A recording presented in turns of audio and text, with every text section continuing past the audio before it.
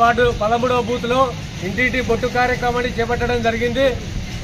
ప్రజల నుంచి విశేష స్పందన మాకు అందుతుంది. నేటి కార్యక్రమంలో భాగంగా మహిళలు పెద్ద ఎత్తున భారీగా మాకు బ్రహ్మరథం పడుతున్నారు. మాకు పోటీగా కూడా ఎవరు ఇంతవరకు మాకు ఎదురు పడడం లేదు. అంటే మాకు గెలుపు దాదాపు ఖాయమైపోయింది. అందులో ఎలాంటి సందేహం లేదు. మెజార్టీ కోసమే మేము తిరుగుతున్నాం తప్ప మాకు పోటీ ఎవరు కారని మా ప్రచారమే ఇందులో భాగంగా మీకు కనబడుతుంది.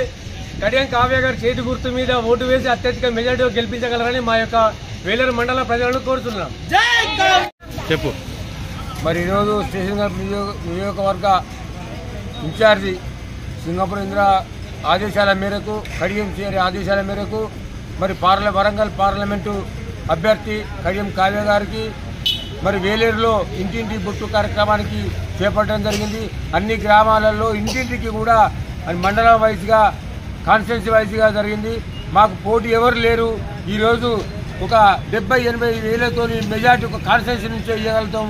మరి ప్రతి ఒక్కరు కూడా సహకరించి మా కావ్య గారిని అధిక మెజార్టీతో గెలిపించి మరి స్వాగతం పలకాలని, మరి రాహుల్ గాంధీకి కానుకగా పంపుతామని మీ అందరూ కోరుకుంటూ అధ్యక్షులు.